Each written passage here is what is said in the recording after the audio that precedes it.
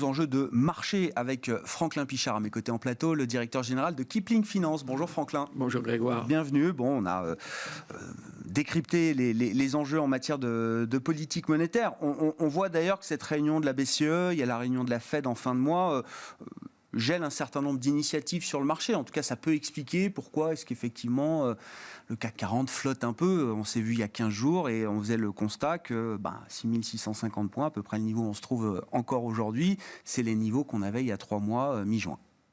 Le parcours des indices et de l'indice parisien, c'est un peu le parcours l'itinéraire d'un enfant gâté. Magnifique. C'est magnifique. Ah, oui.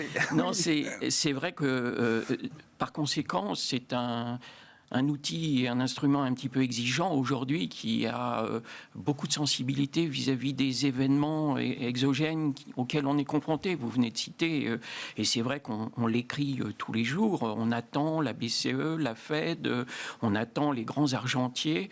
On les avait attendus pendant l'été avec Jackson Hole, et puis ça s'était très très bien passé.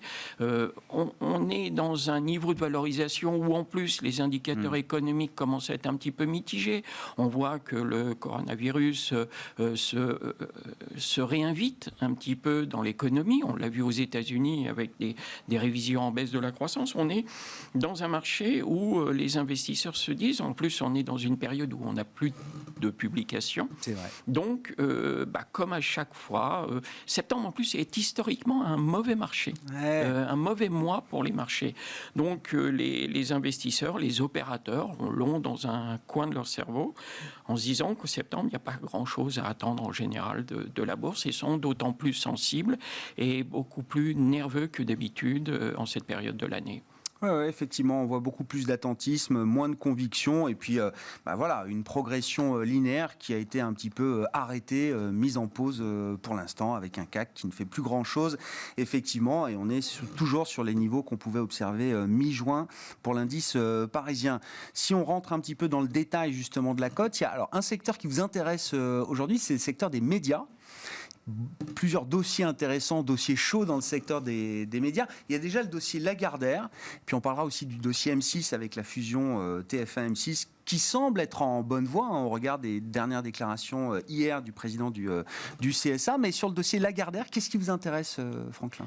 Écoutez, aujourd'hui, on sent que le dossier Lagardère est très mal aimé. On a vu Bernard Arnault qui est sorti, le JDD ce week-end avec Arnaud Lagardère qui dit que non, tout va bien avec Bernard Arnault. On a un petit peu de mal à le croire. Hein. Mais derrière il est sorti de la holding d'Arnaud Lagardère, Bernard Arnault. Voilà. Et en contrepartie, en compensation, il s'est un peu renforcé au capital de l'entreprise Lagardère. Exactement. Voilà. Et donc, on est dans une situation où Lagardère a tout approuvé. C'est vrai que Le Monde citait et titrait sur l'inventaire de Lagardère quasiment avant disparition. On est dans un environnement où aujourd'hui, ce titre entre 20 et 21 euros n'est pas cher payé. Or, il y a malgré tout de très belles choses au sein de Lagardère et on mérite de s'intéresser à ce dossier parce qu'on a un félin qui est quand même en embuscade derrière, qui s'appelle Vincent Bolloré, et qui a les qualités d'un félin, c'est de savoir patienter, d'être en embuscade et de bondir le moment venu, mais il a pour lui le temps, la patience et l'argent. Donc je pense que sur des dossiers où c'est ce dont on parlait à l'instant, quand on ne sait pas trop quoi faire, on regarde des dossiers un peu plus longs. Ouais. Ce sont des dossiers qui n'intéressent pas trop les fonds, les hedges et autres, parce que ça va pas si vite. Mais un investisseur particulier qui voit un petit peu plus loin, qui veut des titres et des opportunités pour rentrer sur des titres, Lagardère autour de 20-21 euros, c'est plutôt un bon pari. C'est à mettre, c'est à garder au chaud, c'est à mettre au frigo pour quelques temps, mais c'est quelque chose à mettre de côté. C'est vraisemblablement quelque chose qui sortira par le haut. Ça mettra peut-être 3 mois, 6 mois, enfin 3 mois je pense pas, mais 6 mois, 9 mois, 1 an peut-être. Mais en tout état de cause, je pense que c'est pas de l'argent perdu et c'est pas du dead money, c'est quelque chose qui ressortira par le haut et qui peut être rentré dans les portefeuilles. Et vous dites, pour certaines catégories d'investisseurs, finalement, c'est des dossiers qui demandent trop de patience, d'une certaine manière. Oui, c'est ça. C'est-à-dire que d'une part, si vous regardez le flottant de Lagardère, c'est autour de 20%, je crois, aujourd'hui. Donc les gros Barnum, les Spieler, les fonds d'investissement et les hedges, pour eux, c'est trop long. Ils se sentent un peu à l'étroit pour rentrer sur des dossiers comme ça, parce qu'ils pensent toujours à la sortie en cas de pépin. Et donc, ils ne s'intéressent pas véritablement à ces dossiers-là. Ouais. L'autre dossier, effectivement, c'est M6. Alors là aussi, j'imagine qu'il faut avoir un peu de temps devant soi. Le sujet étant la fusion TF1-M6, évidemment, annoncée avec fracas, en tout cas, voilà, faisant les gros titres il y a quelques mois. Tout le monde prédisait que ça allait être un dossier compliqué, long, du point de vue de la concurrence notamment, 12-18 mois au moins pour aboutir. On a déjà des premiers signaux positifs de ce point de vue-là.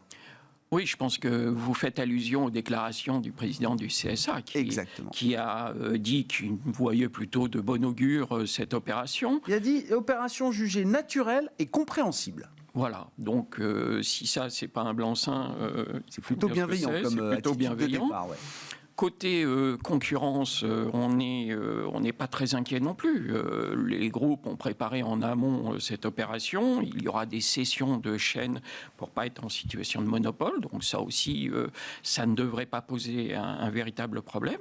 Le troisième aspect intéressant et qui est le plus surprenant peut-être, ce sont les politiques qui ne se sont absolument pas exprimés. On n'a aucun commentaire, que ce soit de la gauche à la droite. Aucun n'est intervenu pour dire qu'il fallait surtout pas faire ça, que c'était un non-sens, etc., etc. Donc visiblement, le mariage se présente bien.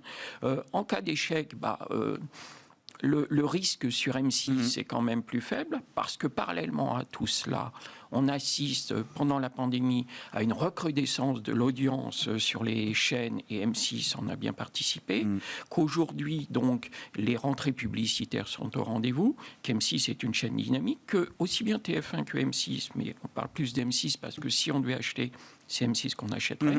On a une sous-valorisation de ces titres-là qui est notoire et manifeste, et que par conséquent, dans ce contexte-là, avec tout ce qui se passe, on pense que là aussi, les investisseurs institutionnels ne sont pas venus sur le dossier. On ne voit pas M6 qui prend et qui progresse comme il devrait le faire, parce que de toute façon, on parle de l'été 2022 dans le meilleur des cas. Donc là aussi, les investisseurs qui sont de plus en plus impatients, hedge, institutionnels et certains particuliers, trouvent qu'il y a peut-être des risques potentiels et des obstacles sur cette durée qui font qu'il sera toujours temps de rentrer dedans une fois que les uns et les autres se seront prononcés. Le problème, c'est que quand ils se seront prononcés, il sera peut-être déjà trop tard. Oui, c'est ça. Alors que là, c'est maintenant qu'il y a une vraie asymétrie intéressante sur M6, parce que si on joue l'opération, c'est bien M6 qu'il faut avoir. L'opération n'est pas du tout reflétée dans le cours de bourse d'M6 aujourd'hui. Elle n'est pas reflétée. Et bon, là aussi, pourquoi M6 ? Parce que si jamais par une circonstance extraordinaire, l'opération ne se faisait pas, RTL Group a quand même dit qu'il voulait vendre cette participation. Donc si ce n'est pas TF1, ils remettront ça sur le marché et ce sera un dossier qui, et je le dis bien, qui parallèlement à l'activité intra du groupe qui est très bonne en ce moment, comme l'ensemble des audiences des chaînes TV, et mérite de s'intéresser à cela. Ouais, bon, voilà pour les médias, Lagardère, M6. Et puis il y avait un petit mot à dire aussi alors d'un sujet un peu technique, mais ça nous ramène d'ailleurs à Vincent Bolloré, avec la mise en bourse d'Universal Music Group et la distribution des actions aux actionnaires aujourd'hui de Vivendi. La cotation est prévue à Amsterdam. C'est quoi le sujet technique avec ceux qui vont détenir justement, qui vont se retrouver, donc actionnaires de Vivendi, qui se retrouveront demain aussi actionnaires de titres Universal? Alors, effectivement, quand on cherche, on entend tout. Je suis allé voir aussi sur le site de Vivendi. il y a le siège de la société, UMG, qui est en Californie, et la place de cotation, qui est Euronext Amsterdam. Alors certains disent, on a des exemples contradictoires de sociétés qui peuvent rester éligibles dans le PEA, d'autres qui ne peuvent pas. C'est ça l'enjeu. C'est un peu ça l'enjeu. On voit qu'Holcim cote sur Euronext, mais qu'on ne peut pas les avoir. Lafarge Holcim, on ne pouvait plus les avoir dans les PEA. On voit que d'autres titres qui sont cotés sur Euronext et qui peuvent rester à l'intérieur d'un PEA. Donc c'est un petit peu flou. Les forums n'arrivent pas à déterminer qui dit la vérité, éligible, pas éligible. Mais au-delà de tout ça, ce qui va être intéressant, c'est que en termes tactiques, l'introduction c'est le 23 septembre. Vous risquez d'avoir à ce moment-là, quelle que soit la configuration, est obligé de vendre des titres UMG, ou simplement parce que le niveau sur lequel ça va être introduit, autour de 40 € par exemple, serait sous-évalué. Si on a une faiblesse du cours du MG à ce moment-là, ça peut être une opportunité pour rentrer dedans et puis les garder un petit peu.